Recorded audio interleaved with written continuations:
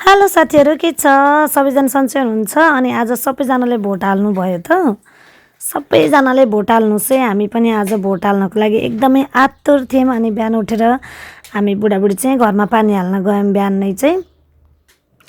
कति दिनपछि म चाहिँ मेरो घर बनाएको ठाउँमा गएको घर बनाउँदै छु मैले चाहिँ है अनि पछि चाहिँ यसैमा मैले अनलाइनको व्यापार पनि गर्छु हजुरहरूलाई बिस्तारै बिस्तारै देखाउँछु अनि अब यहाँ गइसकेपछि फेरि मलाई भण्डाराको सिन नलिकन चित्तै बुझ्दैन नि त यस्तो राम्रो सिन छ यहाँको सो मैले चाहिँ सर यहाँको सिन लिएको छु आज चाहिँ हामीले कति दिनपछि पसल बन्द गरेको कि पसल बन्द नगरेको पनि कति समय भएको थियो है अनि त्यसपछि बुढासँग गएर आइसकेपछि चाहिँ हामी भोट हाल्न जाने तयारी गरेका थियौँ अनि आज चाहिँ हजुरहरूले सबैजनाले आफूलाई जहाँ पनि खुसी लाग्छ त्यसैमा भोट हाल्नु होइन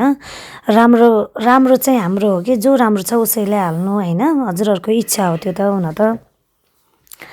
जे भए पनि राम्रो मान्छेलाई दियो भने भोलि राम्रो पनि हुनसक्छ नि त देशमा अब अहिलेको अवस्था त एकदमै नराम्रो छ हजुरहरूले बुझि पनि रहनु भयो होला अनि सर घरमा पानी सानी हालेर भ्याइसकेपछि अनि म चाहिँ घरमा आएर फटाफट रेडी भएँ अनि बुढा पनि रेडी हुनुभयो अनि हामी चाहिँ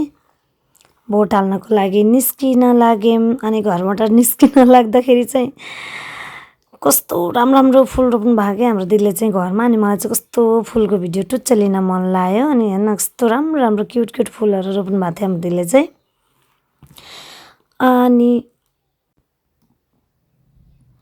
फुल चाहिँ लास्टै राम्रो रोप्नु भएको दिदीले अनि यसपछि चाहिँ हामी भोटको लागि निस्क्यौँ हातमा आफ्नो लाइसेन्स लिएर भोट कार्ड चाहिँ अर्को थिएन हामीसँग चाहिँ लाइसेन्स चाहिँ थियो लाइसेन्सले पनि हुन्छ लाइसेन्स नागरिकता जे भए पनि हुँदो रहेछ अनि त्यसपछि त्यो लिएर निस्क्यौँ अनि चोकमा जाँदा त चोक त पुरै साइलेन्ट है एकदमै तर यस्तो राम्रो माहौल थियो आजको माहौल चाहिँ राम्रो थियो केही नहोस् हल्लाखोर नहोस् कति ठाउँमा कति झगडा भयो यो भयो त्यो भयो गोली हानाहान भयो भन्ने भइरहेको थियो हाम्रो भण्डारामा चाहिँ त्यस्तो छैन एकदमै साइलेन्टली भोटको काम भइरहेको छ होइन अनि हामीले चाहिँ नम्बर लिगिसकेपछि हामीले मोबाइल चाहिँ त्यहीँ राख्न पठाएर गयौँ अनि फाइनली हामी चाहिँ भोट हालेर आइसक्यौँ अनि आइसकेपछि हामीलाई चाहिँ एकछिन त्यहाँनिरको माहौल हेर्न मन लागिरहेको थियो कि अब डर पनि लाग्छ नि त आफ्नो एरियामा के हुन्छ कि भनेर नि ठ्याक्कै अनि त्यही बेलामा हाम्रो क्षेत्र नम्बर 1 को उम्मेदवार आउनु भएको थियो मैले चाहिँ टुच्च भिडियो लिइहालेको कि टाढाबाट नजिकबाट त हामी गएनौँ भेट्नलाई